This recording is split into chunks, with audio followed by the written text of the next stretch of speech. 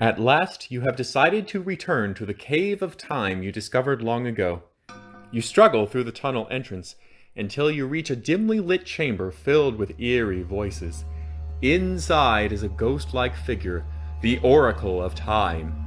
He offers you an amazing choice to witness either the beginning or end of time. If you want to see the beginning of time, turn to page 11. If you want to see the end of time, turn to page 17. But beware, the cave of time is treacherous. You may end up cast adrift after the mutiny on the Bounty, eaten by a saber-toothed tiger, or trapped in a futuristic coffin. And you may find yourself in the strangest time adventure of all, living 5 minutes ahead of everyone else.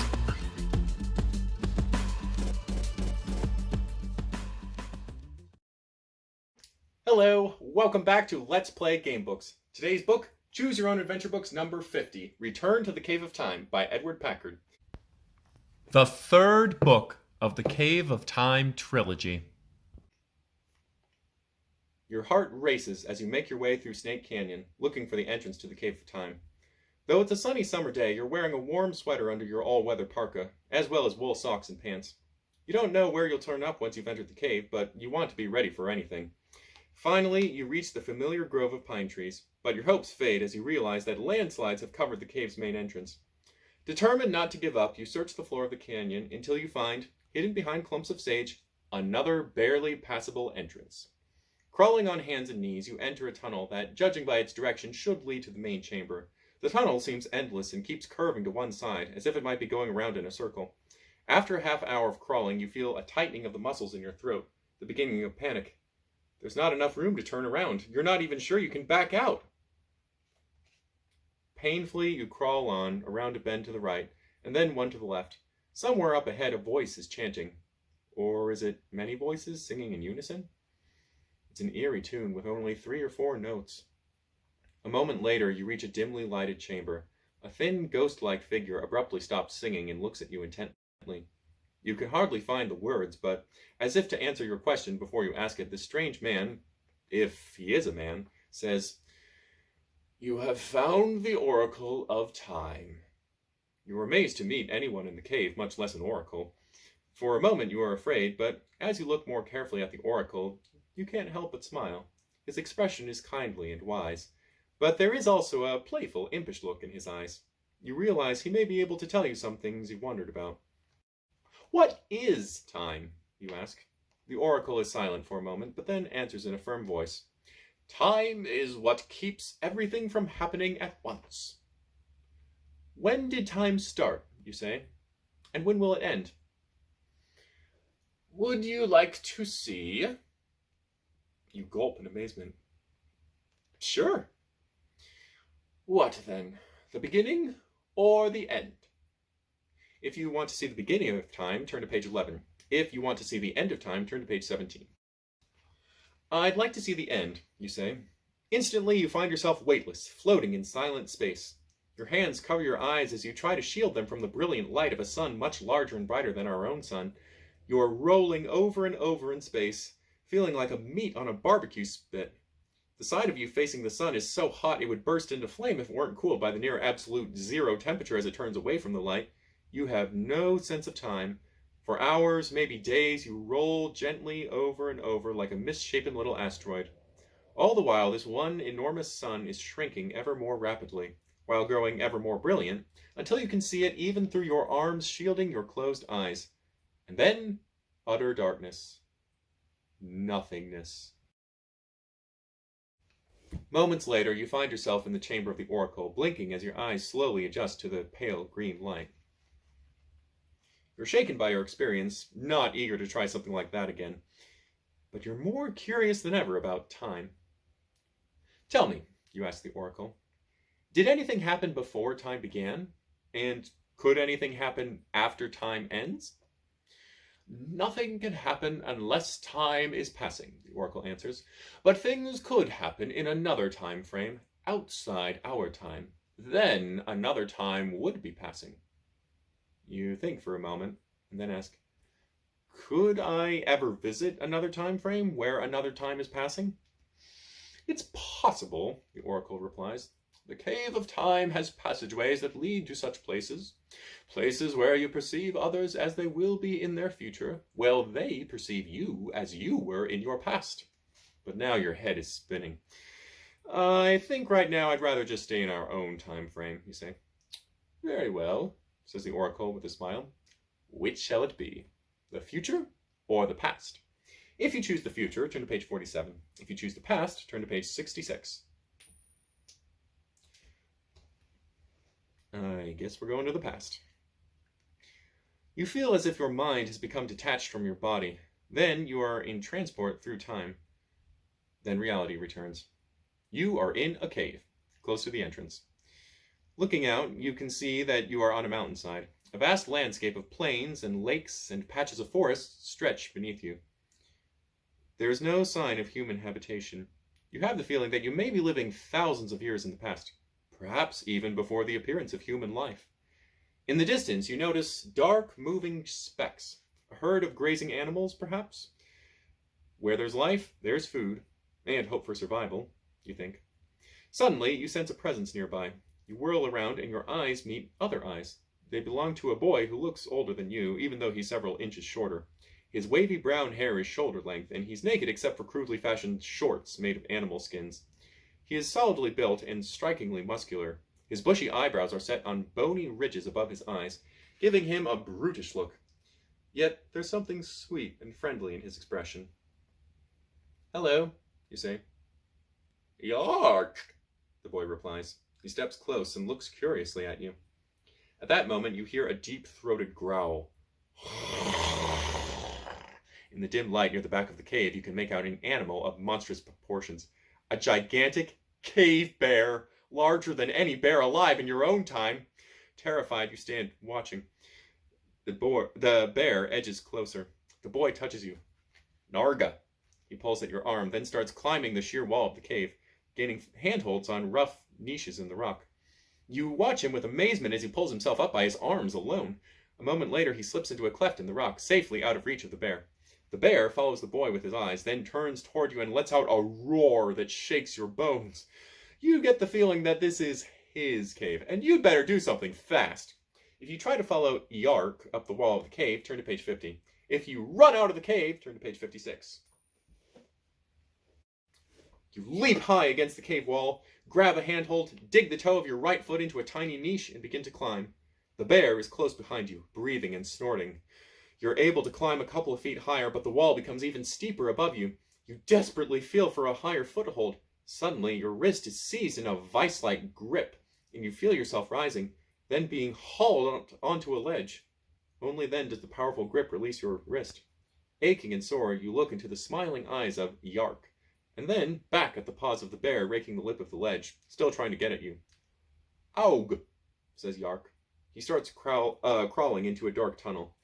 You follow, hoping it will lead you out into the open. Instead, it leads you into an abyss, and you're falling, clutching Iiark's arms, tumbling through the cave of time. Turn to page 93. Suddenly, you're waking as if from a dream. Once again, you're inside the entrance of a cave. And something, maybe it's the smell of the air, or the temperature, or the faint sound of an airplane above, tells you you're back in your own time. But maybe you never left. Maybe you were just asleep. Could it be that you were just dreaming? Akluga, says a voice you've heard before. It's Iiark, walking toward you from the depths of the cave, a big smile on his broad face. Iiark, you're here! I can't believe it. You shake your head, wondering what you'll do with your friend from the past. There's only one thing you think of. Well, you better come home with me. You're going to need a place to stay. Turn to page 22. The two of you follow the trail back toward Uncle Howard's ranch. It's only a mile or so until you reach the road. You watch with amusement as Iiark gasps at the sight of a trailer truck going by. You haven't seen anything yet, Iiark. You're really going to like TV and computers and jet planes. Iiark grins at you. Snillark! The end. Well, that was interesting. We have a Neanderthal friend, I guess. What would have happened if we'd gone to the future?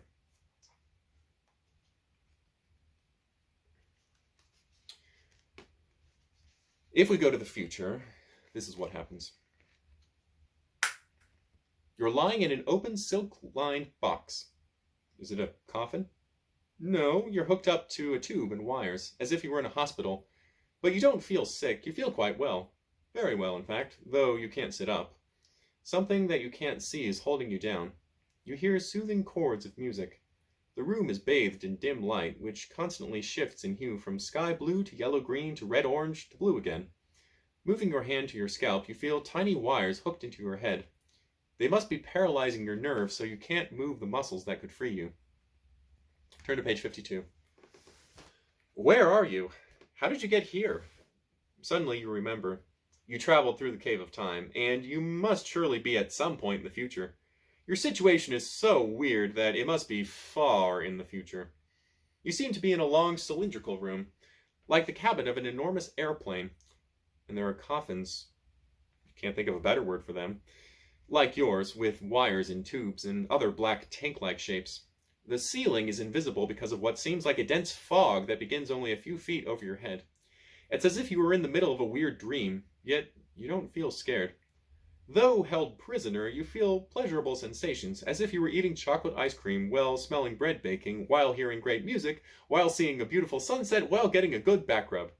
Whoever has captured you must have hooked a wire into the pleasure center of your brain. Suddenly the music changes key. A robotic arm inserts a clear plastic mask over your mouth. You start to gasp for breath, but then realize there's an oxygen mixture being fed into the mask.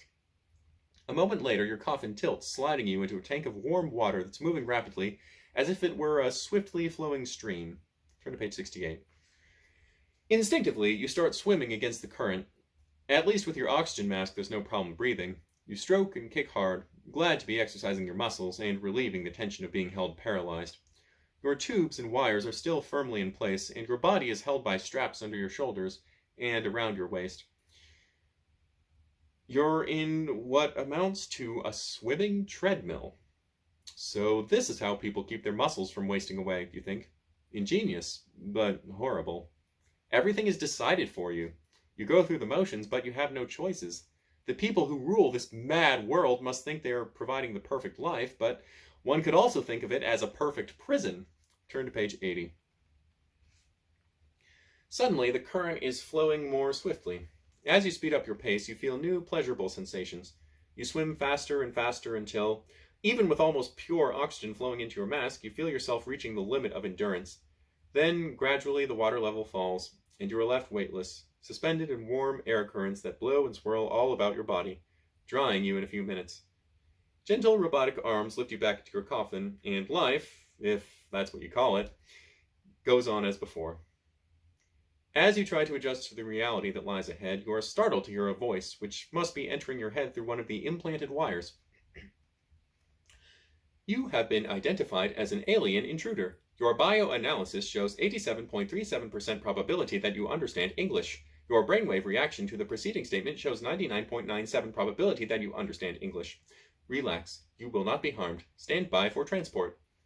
A moment later, you pass out. Turn to page 108. When you regain consciousness, you find yourself seated in a chair made of very strange material. Whenever you move, the chair adjusts itself so that, however you're sitting, it is molded to your body, giving you the most perfect and comfortable support. The room you're in is much smaller than your living chamber, but the same hypnotic music is playing. Seated nearby is a woman whose body and face seem elongated, as if she were an image in an amusement park mirror. Yet she has a beautiful face, and her soft olive eyes have a warmth and kindness that surprise you. "You are an alien of uncertain origin," she says gently. "Our computer will determine how you got here and what is to be done with you." "Who are you, and where am I?" you ask. "My name is Celeste 433, and I am your overseer. You are on Suprema 87, Colony 143 to the 5th power, Proxima Neptune, and you are very fortunate to be here. Through advanced technology, all problems have been solved, all needs taken care of. There is nothing for our people to do but to exist in a state of perpetual pleasure." You start to speak, but a sharply focused light beams at your face, increases in brightness for a moment, and then fades so you decide not to say anything. Celeste 433 continues. "Our monitors show that you are not completely happy in the supremely pleasurable life we have made possible for you. You must have an irrational, rebellious quality in your personality, a quality acquired in your previous culture. This will cause difficulty. Therefore, I must ask you, will you accept your good fortune and have a life of continual pleasure, or will your thoughts and actions become increasingly rebellious? Please answer truthfully. Our monitors will show if you are lying. If you say you'll accept a life of perpetual pleasure, turn to page 7. If you refuse, turn to page 29. I refuse!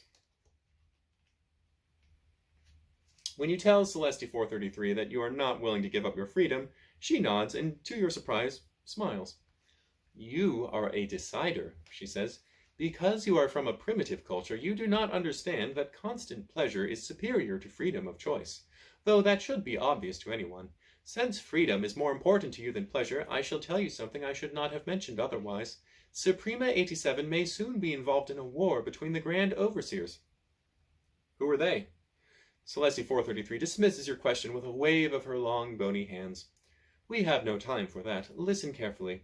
I admire your courage, and therefore will give you a chance to survive this war, which I fear will destroy this colony. I shall provide you with an escape capsule, but your troubles will not be over. Space is a vast and hostile wilderness. There are only 2 destinations you can reach where you will have any hope of survival. One of them is Alpha Alpha, a colony beyond Pluto that is far more advanced than this one. In fact, it may be the most advanced in the galaxy. The other place where you might possibly survive is the planet Earth. Earth? That's my home planet. I'd really like to get back there. Turn to page 32. Celeste 433 shakes her head. You don't seem to understand. You've traveled through a time warp. Earth is no longer what it was. It is a scarred and ruined planet, a backward child of the galaxy, an archaeological scrap heap. But the decision is yours. What should you do? You long to see Earth again, even though it may have changed for the worse. Of course, you're curious about Alpha Alpha, though what you've seen of advanced civilizations so far doesn't really encourage you. If you choose to shuttle to Alpha Alpha, turn to page 54. If Earth, turn to page 94. Let's check out Alpha Alpha.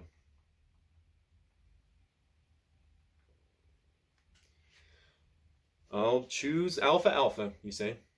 Farewell, then, and good luck. Even as Celeste 433 is saying goodbye, you're blanking out. When you awaken, you find yourself already aboard the space capsule. Through the transparent dome, you can see a myriad of stars, and even neighboring galaxies with a clarity that is found only in outer space. Directly before you is a luminous cloud. It looks like a million sparkling drops of water suspended in space. As your space capsule approaches the object, you see that it is not a cloud at all, but a planet dotted with thousands and thousands of lakes. Could this be Alpha Alpha? You look around your capsule. There are no controls, no communication equipment, no food, not even water. Your entire flight has been programmed. Surely your destination can't be far away, or you would starve to death.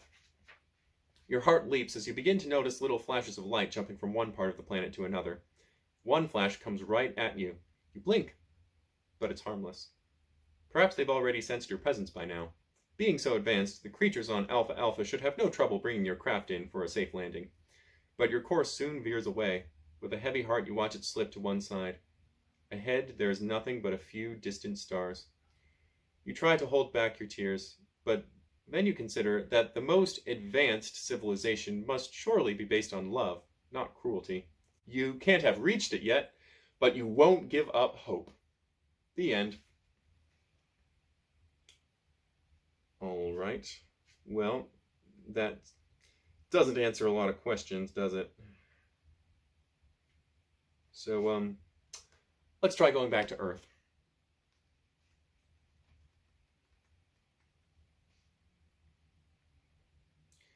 You wake up in another coffin-like capsule, but this time you are alone in space.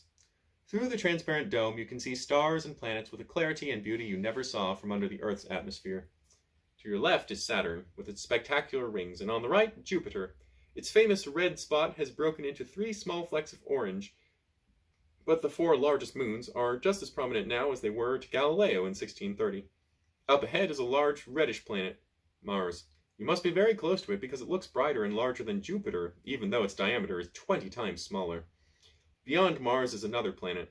The large moon near it tells you that it is Earth and not Venus, but it doesn't look like the Earth you remember.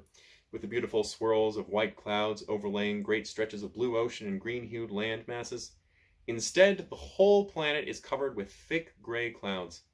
Has the sun stopped shining on the Earth? You wonder how this could be.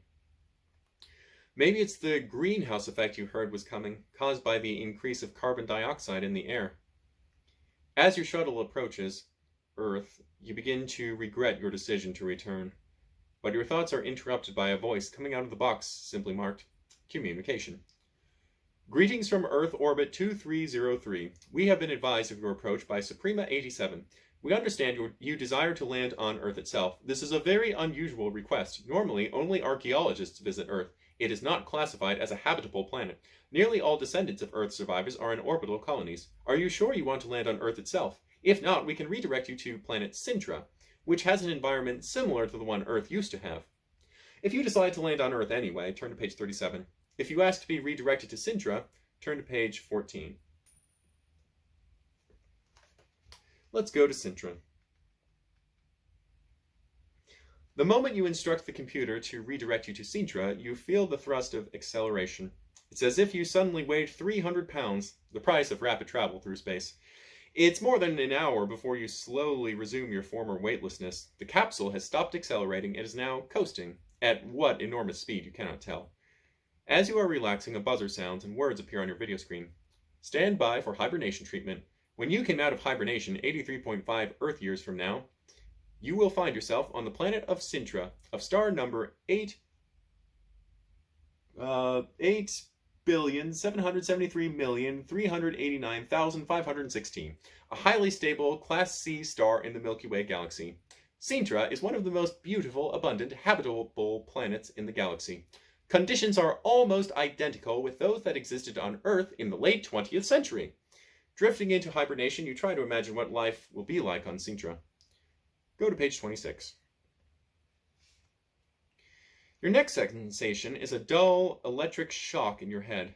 Then another and another. You flail your arms as if trying to brush away a fly.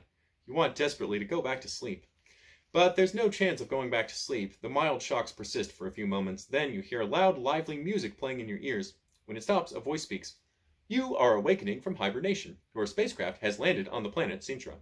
Atmosphere and temperature are well suited for human life. You may open the hatch whenever you want. As you slowly regain your senses, your mind is flooded with questions. What sort of people live here? What kind of animals and plants?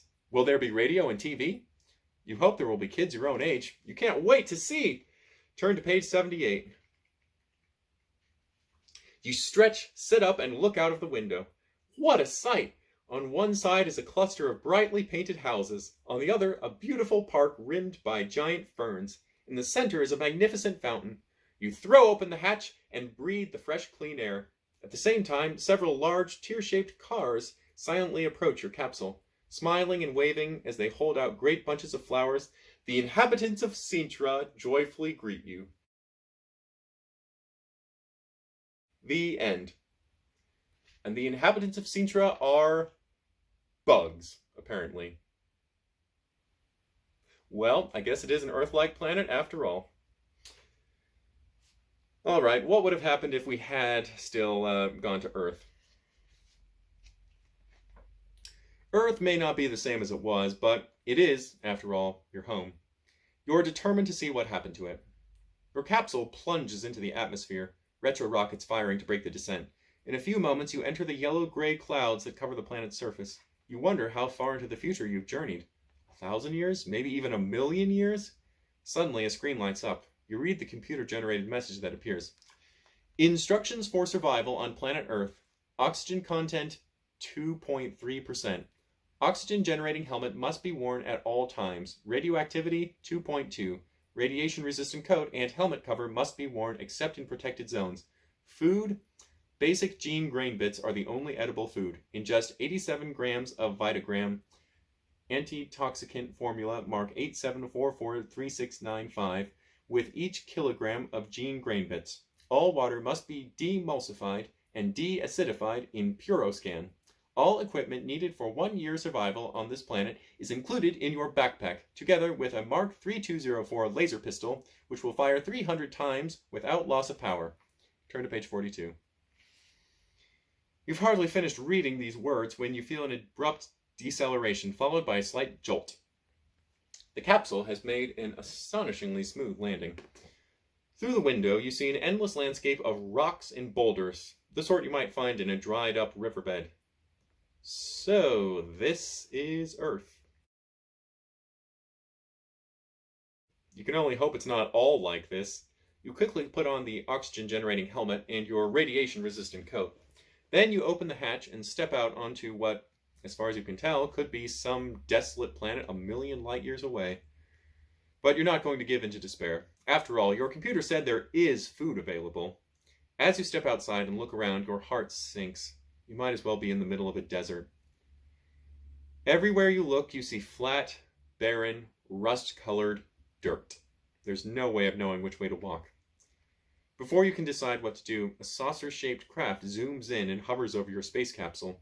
You watch with fascination as wire arms descend and enfold the capsule like a spider wrapping up a fly. If you jump back into your space capsule, turn to page 70.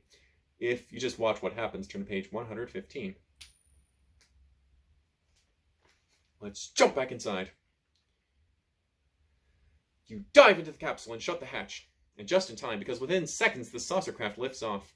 The ground passes by at dizzying speed as the craft transports you across the desolate landscape, skimming over hills covered with stones and weeds.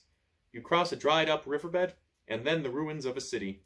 Gutted skyscrapers, rusting bridges, buildings toppled into shards of steel beams. You feel heartsick thinking of the horrible things that must have happened on Earth after you entered the Cave of Time. Then, as you pass over a barren hillside, a huge silvery dome appears before you. A panel slides open, and the saucercraft whisks you inside, into total darkness. In a moment, you sense that the craft is gently settling down. The hatch slides open. Lights come on. You are in an enormous hangar. 3 small, tear-shaped cars careen around the corner and come abruptly to a stop. A group of hominids dressed in drab gray uniforms emerge from the cars. One of them steps toward you. "Welcome to Earth," he says. "My name is Yamara, Consul of Solar 7. We were notified you were coming, that you were born on Earth, and that you traveled through a time warp." "Through the Cave of Time," you say. "It's the same thing," Yamara answers. "You've heard about it?" "There is a legend." "Where are we on Earth?" you ask. "In Golor, on the continent of America," he says. One of the hominids sets up a small video screen and presses buttons on a handheld keyboard. A full-color map appears. It is a map of the Earth, but one that looks very different from the Earth you know. Australia has merged with Asia, Antarctica has drifted almost to Hawaii, North and South America have merged into one big glob. You realize that you must have transported millions of years into the future. That means there's hardly any hope of finding the entrance to the Cave of Time, unless somehow a new opening has broken through the Earth's crust. Turn to page 84. "You were born on Earth. You may stay here," says Yamara. "Where will I live? What will I do?" you ask, wondering how you could fit into a world completely different from the one you knew. "First of all, we are custodians of the Earth, charged by the Planetary Council to supervise its recovery. During the past few 100,000 years, this planet's environment has improved tenfold. We are very proud of the work of the Earth healers." Proud? You can't believe your ears. "From what I've seen of Earth, there's not much to be proud of," you say. "No grass or flowers, only a few sickly-looking weeds, cities in ruins," but your host interrupts. "Do not judge us, the living, for all the terrible things that have happened in Earth's history. We and our forebears have been working for hundreds of thousands of years. Our robot craft spend 24 hours a day cleaning up debris and neutralizing radioactive sources. In some areas of the world, trees and plants are growing. Each century, carbon monoxide and other toxins decrease, and oxygen increases. Now, a person can sometimes take off his helmet and breathe the air for a few minutes. In a few million years, the Earth will be filled with plant and animal life, and the oceans and rivers and lakes and air will be as clear and pure as they were before humans spread over the planet." You are very moved by the noble goals of Yamara and fascinated by the state of life on Earth. "This world, which for me is the world of the future, is very interesting," you say. but I want to return to my own time. Didn't you say there's a legend about the Cave of Time? Yes, there is a cave some 1,500 kilometers distant. We could take you there, but you should know this. Those who enter it never come out. There's a legend that creatures sometimes come out of the cave. Their bones lie scattered near the entrance because, of course, they cannot survive on Earth. You listen eagerly to what Yamara says. The place he speaks of may be the Cave of Time. If so, you may be able to reach your own time. But surely the odds are greatly against it. If you decide to seek out the Cave of Time, turn to page 20. If you decide to stay in the distant future, turn to page 58. All right. In the distant future. When you tell Yamara of your decision to remain in his time, he steps forward and gives you a hug. You will not regret it, my young friend. You shall have the benefits and duties that all visitors to Earth are accorded. And because you are an Earthling yourself, you will be awarded your own cubicle in our underground city. What will I do with my time, you ask? You will be given a fleet of saucercraft to maneuver from your master control station. You will guide them in their rehabilitation tasks. When you have completed 200 years of service, you will be awarded your own personal spacecraft, and you will be free to settle anywhere on Earth or in any of the space colonies in the solar system. Life, in some of them, I can assure you, is like living in heaven. 200 years? You interrupt. I'll never live that long. You wouldn't have in your former lifetime, Yamara replied. But with our age-inhibiting treatment, you should live, I'd say about 3 million years. Well then, you reply, you've got a deal. The end. All right, now let's see what would have happened if we'd gone back to the Cave of Time. I will accompany you to the cave, Yamara says. A saucercraft speeds you to a desolate plain somewhere on the reshaped American continent. As the two of you step out of the robot-operated car, the sky seems to be darkening even more than usual. A light drizzle is falling, and you notice the water feels rather greasy. You certainly wouldn't want to drink it. Rain! Yamara cries jubilantly. The cycle is beginning to work. I would think you'd rather have sunshine, since it's always cloudy on this planet, you say. We must have much rain before the clouds can break open, says Yamara. Then we shall see the sun and the beautiful blue sky told of in ancient legends. I wish you could see the Earth the way it was in the 20th century, you say, wondering if you will ever see it that way again. You look around and see the entrance to a cave, little more than a narrow tunnel leading into the ground at a 45-degree angle.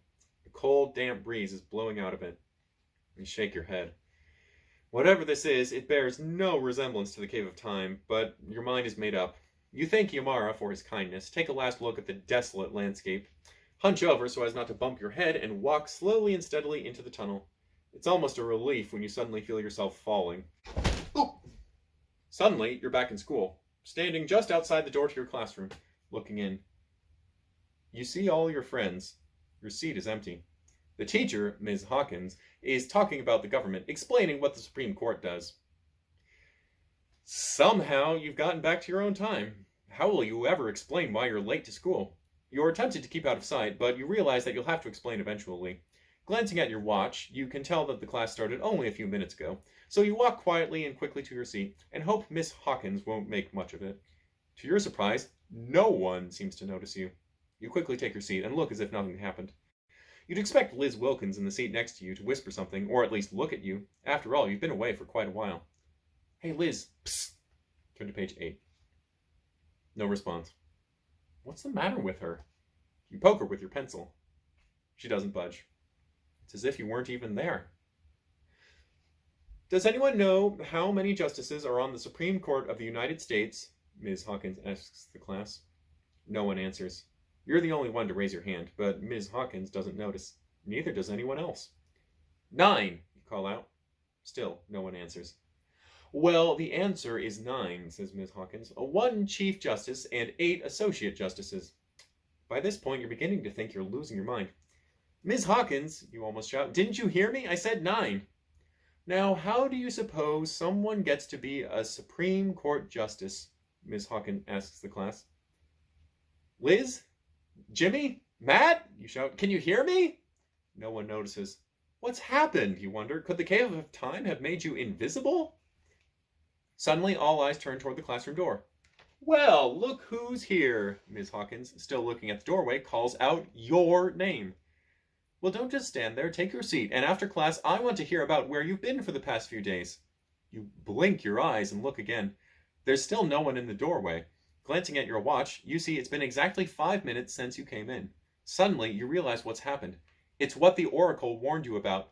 You're in another time frame, caught in two different perceptions of time.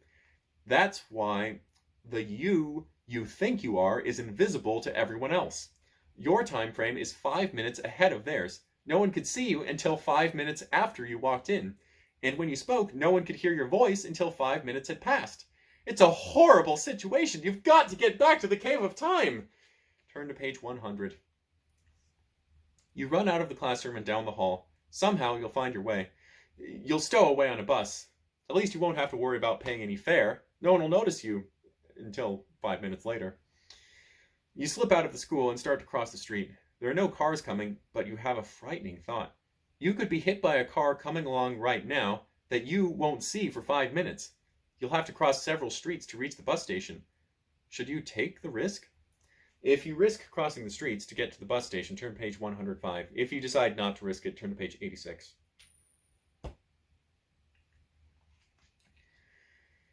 The risk of being hit by a car that you won't be able to see for 5 minutes seems too great. You just don't dare cross any streets. And if you can't cross any streets, you're stuck at this school 5 minutes ahead of your own time. You walk back aimlessly into the school's building. You sit down outside the principal's office and bury your face in your hands, trying to think of what to do. Say, is anything wrong? You look up and see the kindly face of Miss Palmer, who works in the school office. I don't know. I'm 5 minutes ahead of my own time, you say. Please look up and talk to me, Miss Palmer says. I want to help you. I am talking, you start to say, but then you realize that Miss Palmer won't hear you for 5 minutes more and that she must think you're just sitting there silently. The only reason she can see you is that you've been sitting in the same position for more than 5 minutes. There's nothing you can do except explain everything as well as you can and hope that someone will be around 5 minutes from now to hear it. Fortunately, during the next few minutes, Miss Palmer gets the school nurse and the principal and your teacher, Miss Hawkins. They are all standing there 5 minutes after you explained your situation, so they can hear you while you're still sitting there in front of them. They take you to the hospital, where the doctors give you a sedative, and you soon fall sound asleep. When you wake up, several doctors are standing by your bed, talking to one another. Next to them is a blackboard on which these words are written. When you wake up and read this, we won't know it because you're living several minutes ahead of the rest of us. It's for this reason that we aren't talking to you. Erase this and write your own message. We will be able to read it in a few minutes. This is the way we will have to communicate. We don't know any cure for your strange condition, but we will do our best to help you. You read the message twice, feeling grateful that you're safe and that the people understand what the problem is. You sit up and think as hard as you can. What should you write on the blackboard? What will life be like if you're always 5 minutes ahead of everyone else? You think a moment and then write, I'd just like to go home. I guess I'd better take this blackboard with me. Turn to page 113. 5 minutes later, the doctors smile as they see you writing on the blackboard. Besides the blackboard, they give you a tape recorder and instructions to hand out to everyone so people will understand how to deal with you. There's no doubt about it. Life is going to be complicated from now on. But at least you stand to make a lot of money at the horse races. The end. Well, that's a pretty interesting storyline. I don't think I can think of any time travel stories in which somebody gets out of sync like that. I'm not sure if I can actually do any betting at the horse races, because even if I can see who's going to win because I'm 5 minutes ahead, I can't make the bet until 5 minutes later. So, because if I make the bet, the other people won't know I've made the bet. Never mind. And that is probably the most interesting storyline in Return to the Cave of Time. Thanks for watching. I'll see you next time.